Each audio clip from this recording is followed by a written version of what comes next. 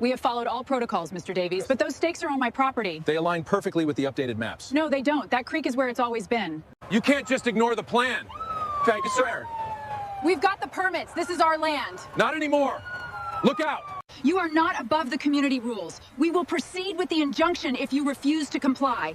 This is not open for discussion. The excavator bucket dropped toward my north pasture while 3 sheriff cruisers skidded across the gravel road. The HOA had granted a $9 million pipeline easement across my ranch, and my lawyer had sent deputies to block the crew before steel touched soil. Red survey stakes cut through my hayfield like a fresh wound. That line did not just cross my land. It crossed the spring-fed water gate that controlled every downstream culvert in Willow Creek. One wrong trench could flood 40 homes below us. Diesel smoke rolled over the fence. The foreman shouted into his radio. Victoria Ashcroft smiled beside a Blackstone Energy truck, holding a folder like it was a deed from God. She had no idea the valve box under that old oak was still locked in my name. I heard the first deputy slam his door. Then the whole worksite went quiet. My name is Ethan Walker, and that ranch has been in my family for 3 generations. I am not a politician. I am not a developer. I run cattle, repair fences, keep the creek moving, and make sure the old diversion gates do not fail during spring storms. Most mornings start with coffee, mud on my boots, and the low sound of water moving through cedar roots. That morning started with backup alarms and men in hard hats climbing over my fence. The smell hit first. Hot diesel. Cut grass. Fresh metal. The kind of smell that tells you somebody brought machines before they brought permission. A Blackstone crew had already dragged orange safety mesh across my pasture. 2 workers were unloading pipe sections from a flatbed. Another man was spray painting arrows toward the creek bed. That was when I saw the broken hinge on my north gate. They had not opened it. They had forced it. Victoria stood near the cattle guard in white slacks and sunglasses, looking like she was hosting a ribbon cutting. She was president of the Willow Creek Reserve HOA, a subdivision that sat half a mile east of my fence line. Her neighborhood did not own my ranch. It never had. But she kept saying the same phrase to anyone who would listen. Community Infrastructure Corridor. The words sounded clean. The mud on my gate told a different story. My lawyer, Daniel Brooks, had warned me 2 nights earlier that the easement papers looked wrong. Not just sloppy. Wrong in a way that made his voice go flat. He told me to keep my phone charged and stay near the north pasture at sunrise. He did not explain everything. Daniel never wasted words when he was angry. By 6:42 a.m., the first excavator had rolled past the fence. By 6:49, Daniel called the sheriff. By 7:03, the deputies were standing between the bucket and my creek, one hand on a court folder, the other resting near his belt. Victoria walked toward them fast. Her heels sank into the dirt. She told the deputy the HOA had full authority. She said Blackstone had paid for legal access. She said I was obstructing a county-approved energy project. The deputy did not move. He just looked at the broken gate, then at the red stakes, then at the water box beneath the oak. A Blackstone supervisor whispered something into his radio. His face changed before Victoria's did. That was the first crack. Then one of my cows bawled from the far side of the pasture, sharp and panicked. The excavator engine idled like a threat. Dust hung in the morning light. This was not a neighbor dispute anymore. Then Daniel stepped out with a second folder. Daniel stepped through the dust with a leather folder tucked under one arm. He moved slowly. That was never a good sign. The deputies turned toward him before he said a word. Even the Blackstone supervisor stopped talking into his radio. The only sound was the low idle of the excavator and water moving through the creek below the hill. Daniel handed a document to the lead deputy. The paper crackled in the morning wind. Victoria folded her arms. Her smile was still there, but it looked tighter now. I stood near the cattle guard and watched the scene unfold. The old oak tree cast a long shadow across the pasture. My grandfather planted that tree before I was born. Every spring, the creek curved around its roots before feeding the diversion channel below. That channel mattered more than most people realized. During heavy storms, it controlled where thousands of gallons of runoff went. The valley trusted that system. Farmers trusted it. Families downstream trusted it.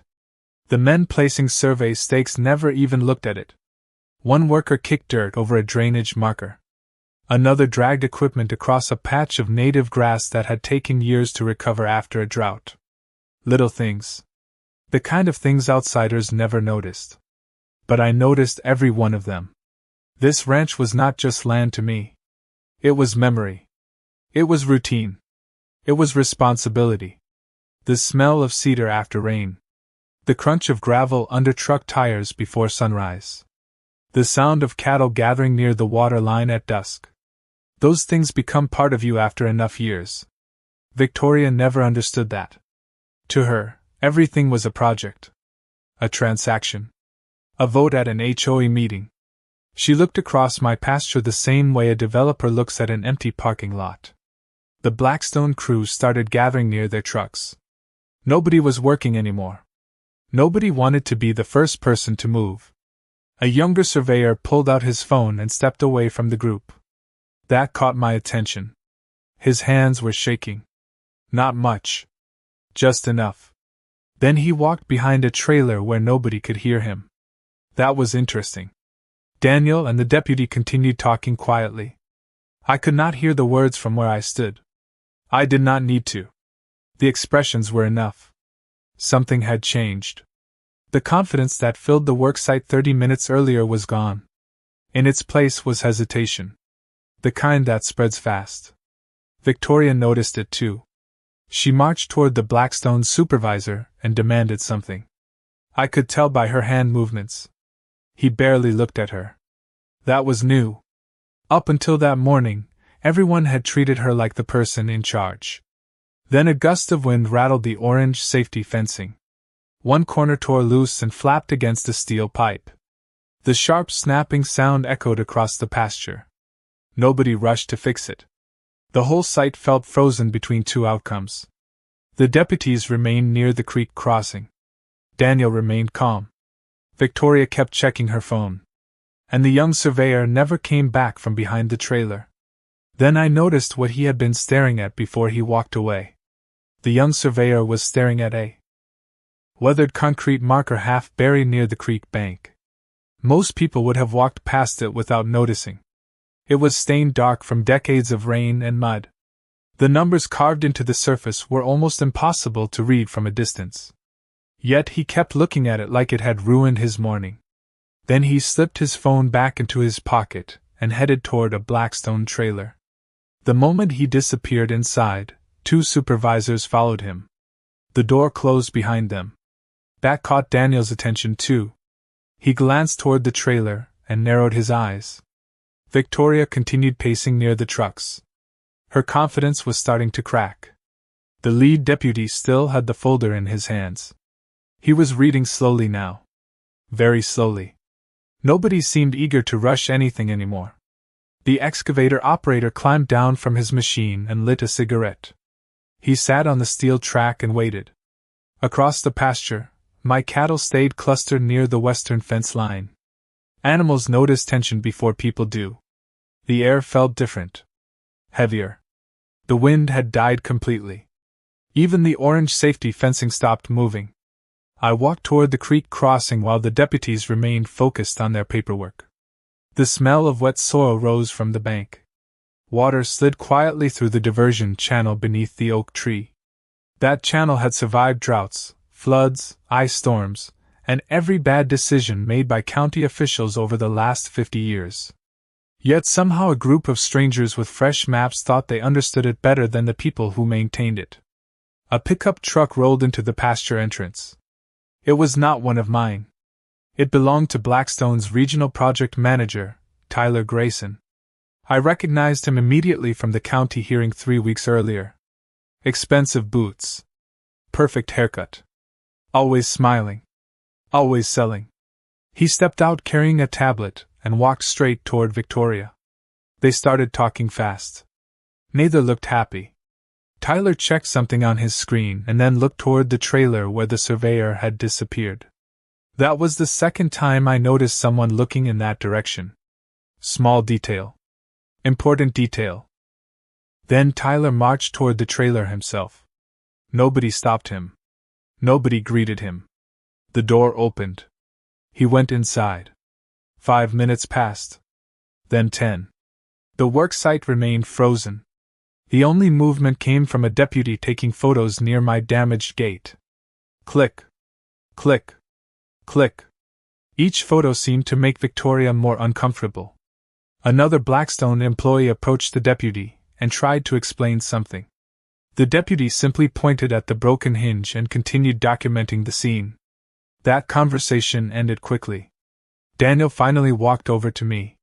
His boots crunched across the gravel. He kept his voice low. "Did anybody touch that marker near the creek?"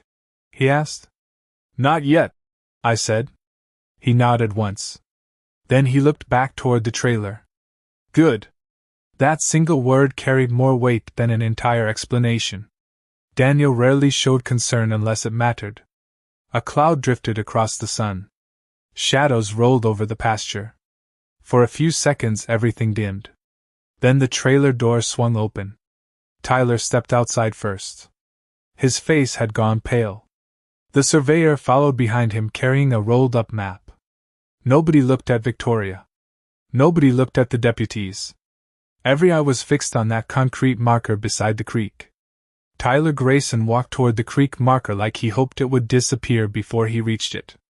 The rolled map stayed tucked under his arm. The surveyor followed 2 steps behind.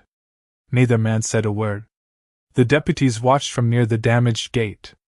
Victoria started after them but stopped halfway. For the first time all morning, she looked unsure where she belonged. The concrete marker sat at the edge of the bank surrounded by wild grass and cedar roots. It was not impressive. It was barely visible. Yet every important person on the property seemed drawn to it now. Tyler crouched beside it. He brushed dirt away with his hand. The surveyor unrolled the map across the hood of a truck. Papers snapped in the breeze. They compared measurements. Then they compared them again. Daniel stayed quiet beside me. That worried me more than if he had started talking. He folded his arms and kept watching. The smell of warm diesel still hung over the pasture. Somewhere behind us, a cow pushed against the fence panel, making the metal groan. The work crew remained idle. Hard hats turned toward the creek. Radios stayed silent. Nobody wanted to make the next move. Then Tyler stood up and pulled out his phone. He walked several yards away before making a call. He lowered his voice. He turned his back to everyone. That was another change. Earlier he had acted like a man running a project. Now he looked like a man delivering bad news. Victoria finally reached him. She demanded answers. I could not hear every word. The wind carried only fragments. Easement. Survey. Boundary. Review. Her voice kept getting sharper. Tyler's did not. He looked exhausted. A few minutes later, another vehicle arrived. A white county engineering truck rolled through the entrance and parked near the deputies. 2 men stepped out carrying equipment cases and field tablets. One of them walked directly toward the marker. No introductions. No delays. That told me plenty. Daniel glanced at his watch. Then he nodded slightly to himself.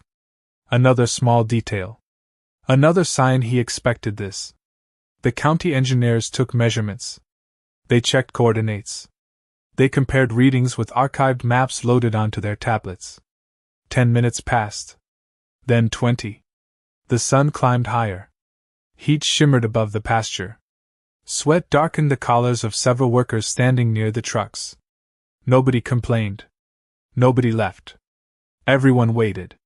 Then one of the engineers looked up from his screen. He said something to the lead deputy. The deputy immediately requested additional photographs. More pictures of the gate. More pictures of the survey stakes. More pictures of the creek crossing. Victoria noticed that too. She marched toward the group and demanded to see the findings. The engineer refused. Politely. Firmly. Her face turned red. Tyler stared at the ground. The surveyor looked like he wanted to be anywhere else. A gust of wind pushed across the pasture. Dust swirled around the trucks. The old oak tree creaked softly overhead. I followed the shadow stretching across the grass until it reached the concrete marker. That marker had been there longer than the subdivision. Longer than Blackstone. Longer than most of the county roads surrounding us. My grandfather used to check it twice a year. Every spring. Every fall. Back then I never understood why. Standing there now, I finally realized he had been protecting more than a property line. Then one of the county engineers pointed toward the north ridge on the map. The engineer traced a line across the tablet screen and stopped at the north ridge. Every person around him leaned closer. Even Victoria. The morning heat was building now. Sunlight reflected off truck windshields and turned the pasture into a field of white glare. Nobody seemed to notice. The engineer zoomed in again. Then he checked a second map. Then a third. Tyler looked over his shoulder and rubbed the back of his neck. That confident smile he wore at county meetings was gone. The deputy asked a question. The engineer answered quietly. The deputy immediately wrote something down. That exchange lasted less than 10 seconds. It changed the atmosphere completely. Workers began gathering near the equipment trailers. Small groups formed beside parked trucks. Conversation stayed low. Radios crackled. Engines remained off. Nobody wanted to start digging anymore. Daniel finally stepped closer to the engineers. He studied the screen for a few seconds. Then he looked toward the old oak tree. His expression never changed, but I knew him well enough to spot it. He had just found another piece of the puzzle. Victoria noticed it too. She demanded an explanation. The engineer remained professional. He simply pointed at the map and continued documenting measurements. That seemed to frustrate her even more. She pulled out her phone and started making calls. One after another. Nobody answered fast enough. Across the creek, a pair of cattle moved through the tall grass toward the water. The sound of running water drifted through the pasture. Calm. Steady. Completely disconnected from the chaos unfolding around it. My grandfather used to say that water always remembers where it belongs. Looking around that morning, I started thinking the same thing might be true for property lines. Tyler walked back toward the concrete marker. This time he brought the surveyor and one of the county engineers with him. They measured from the marker to the creek. Then from the marker to the ridge.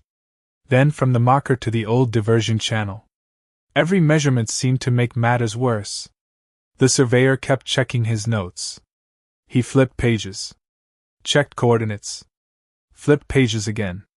Sweat rolled down his forehead despite the breeze. Then he stopped writing altogether. That caught my attention. People stop taking notes when they realize the notes are becoming evidence. The deputy requested copies of the field data. Nobody argued.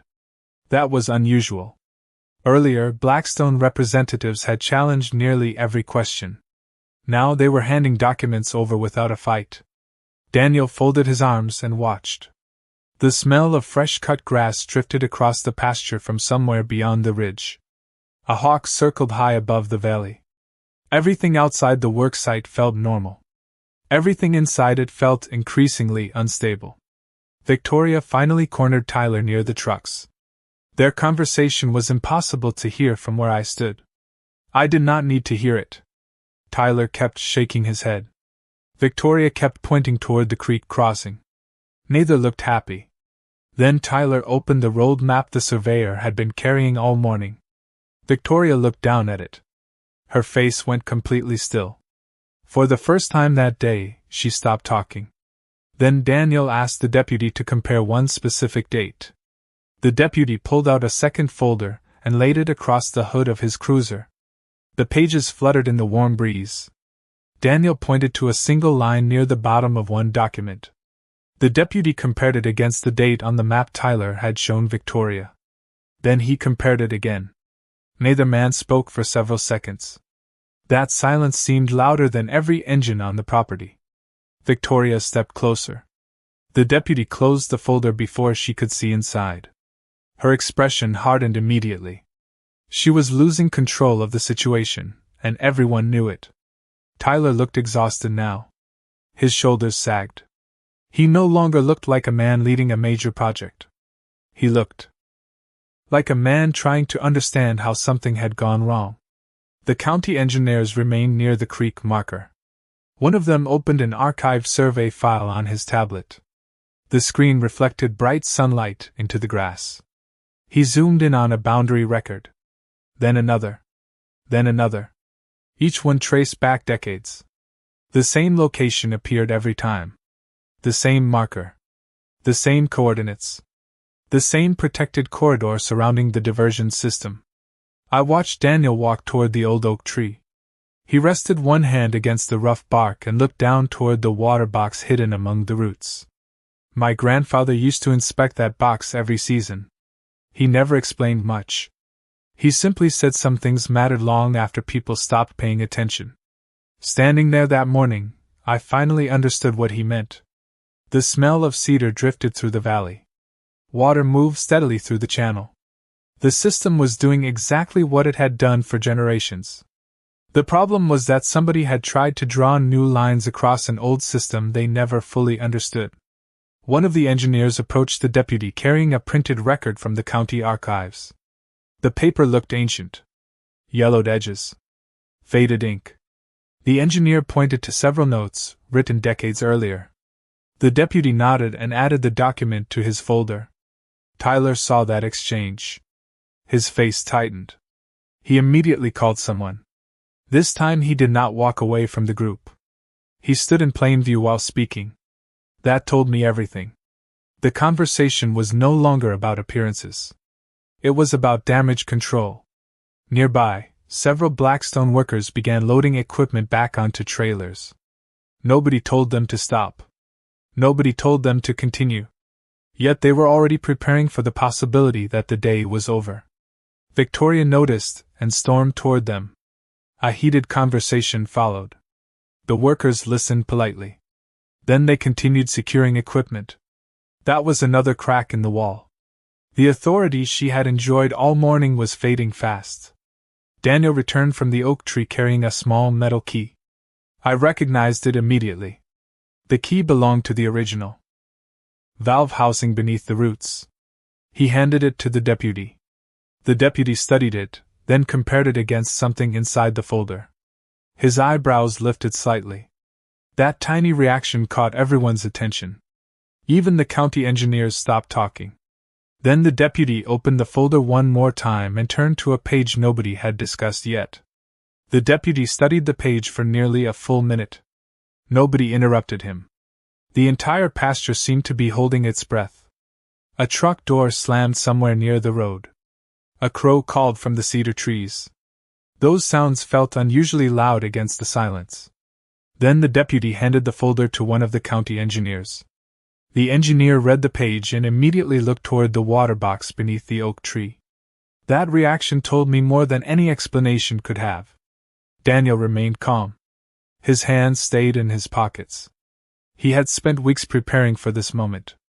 Now the pieces were finally landing where they belonged. Victoria stepped forward again. Her voice carried across the pasture. She demanded to know what everyone was looking at. The deputy declined to answer. Politely. Firmly. That only made her more frustrated. Tyler stood beside her but said nothing. He was staring at the rolled survey map tucked beneath his arm. The same map that had looked so convincing during the county hearing. The same map that had helped push the project forward. Now it seemed to weigh 50 pounds. The engineer closed the folder and walked toward the creek marker. He knelt beside it and brushed away more dirt. Several additional markings became visible. Faded numbers. Old survey references. Historic control points.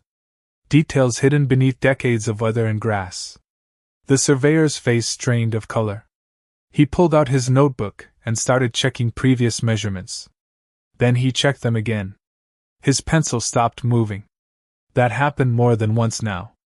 Every new discovery seemed to point in the same direction. The deputies continued documenting everything. Photos, coordinates, measurements, notes. Nothing was being rushed. Nothing was being overlooked. The smell of dust mixed with fresh-cut grass. Drifting from beyond the ridge. Heat shimmered above the field. Workers gathered beneath the shade of equipment trailers. Nobody talked much anymore. They were watching, waiting, listening. The confidence that had filled the property at sunrise was completely gone. Daniel finally approached me.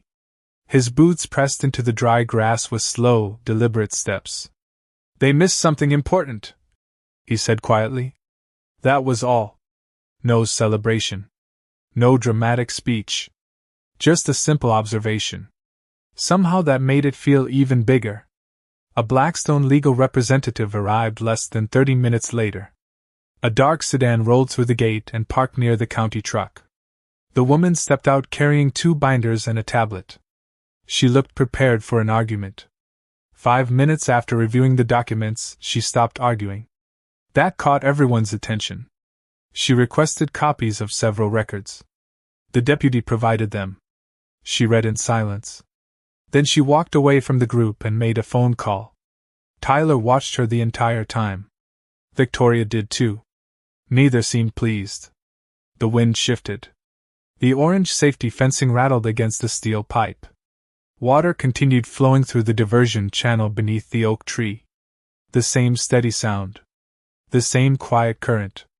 Suddenly the whole dispute felt less like a construction project and more like something much larger. Something that reached far beyond a single property line. Then the legal representative asked to see the original county filing. The legal representative stood beside the deputy's cruiser with the county filing spread across the hood. The afternoon sun reflected off the windshield and lit the pages in sharp white light.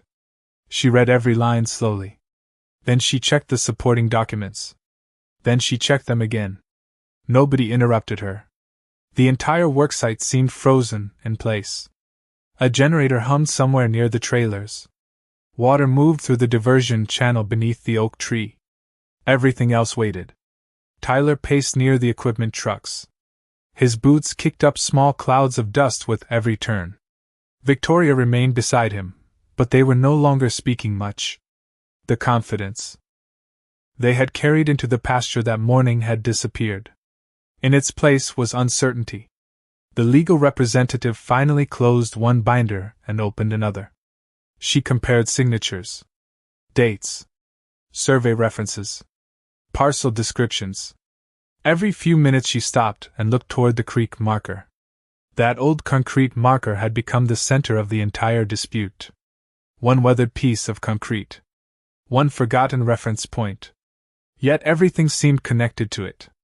The deputy requested additional copies from the county engineers. They provided them immediately. Nobody argued. Nobody delayed. That alone told me how serious the situation had become.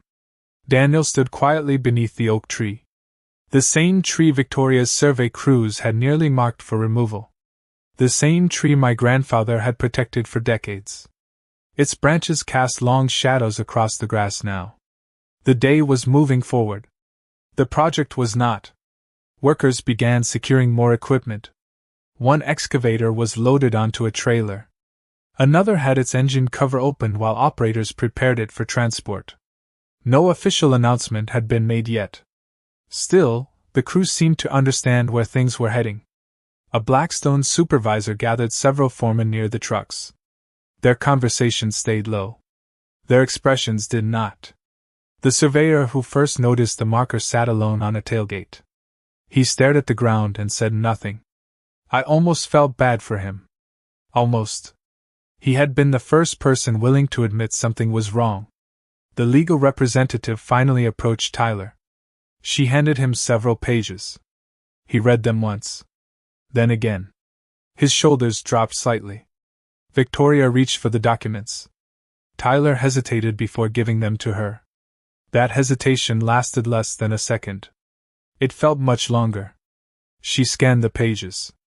Her face remained still. Too still. Then she lowered the papers and looked toward the deputies. The lead deputy stepped forward. The county engineers joined him. Daniel walked over from the oak tree. Several workers stopped what they were doing and watched. Even the cattle near the western fence seemed strangely quiet. The deputy spoke calmly. Professional. Direct. The work site would remain suspended pending further review. No excavation. No trenching. No access beyond the current perimeter. Additional county and legal examinations would follow. Nobody celebrated. Nobody argued. The announcement landed like a stone in still water. The ripples spread through the entire pasture. Tyler nodded slowly. The legal representative closed her binder. Victoria said nothing at all. Then the deputy revealed which document had triggered the suspension. The document was not a deed. It was not a survey. It was a county infrastructure covenant recorded in 1962 and attached to the original diversion system that crossed my ranch. The deputy explained it in a calm voice. Any modification affecting the protected water corridor required direct authorization from the controlling landowner and verification of operational access rights. The key Daniel had handed over matched the control record attached to that covenant. The old concrete marker matched it too. The archived maps matched it. Every piece pointed to the same conclusion. The approval process had skipped a step that could not legally be skipped. A long silence settled over the pasture. The wind pushed through the oak branches overhead. Water continued moving through the channel below. For the first time all day, nobody was arguing. Tyler stared at the documents in his hands. The legal representative stood beside him reviewing notes. Victoria looked toward the subdivision beyond the ridge. She had spent months talking about community improvements. Now the entire project sat motionless behind a line of deputies and county officials. One excavator was already secured to a trailer. Another crew was removing temporary markers from the grass. The bright red stakes that had cut across my pasture that morning disappeared one by one. The sight felt strangely satisfying. Not because anyone had lost. Because the land was finally being treated like it mattered. The county engineers completed their final measurements before packing up their equipment. The surveyor who first noticed the marker stopped beside the creek before leaving. He looked at the water box beneath the oak tree and shook his head. Then he climbed into his truck and drove away. I understood that feeling. Some lessons arrive late. Better late than never. By late afternoon, the worksite looked completely different. The noise was gone. The trailers were leaving. The smell of diesel was fading. Dust settled back onto the grass. Cattle drifted toward the creek again as if nothing had happened. Nature has a way of reclaiming the stage once people stop fighting over it. Daniel finally allowed himself a small smile. Not a victory smile. More like the expression of a man who had finished a difficult job correctly. He told me several reviews were still ahead. More records would be examined. More questions would be asked. But the immediate threat was over. That was enough for me. Victoria left without saying goodbye. Tyler stayed long enough to thank the county engineers before driving away. The legal representative carried 2 boxes of documents to her car. Even she looked relieved. The old oak tree cast a long shadow across the pasture as the sun dropped toward the horizon. I stood beside the creek and listened to the water. The same sound my grandfather heard. The same sound my father heard. The same sound that nearly vanished beneath someone else's plans. The marker remained in place. The gate would be repaired. The channel would keep flowing. And the ranch would still be here tomorrow. Justice is not loud. It does not arrive with fireworks. Sometimes it arrives as an old record, a forgotten marker, and a deputy willing to read every page.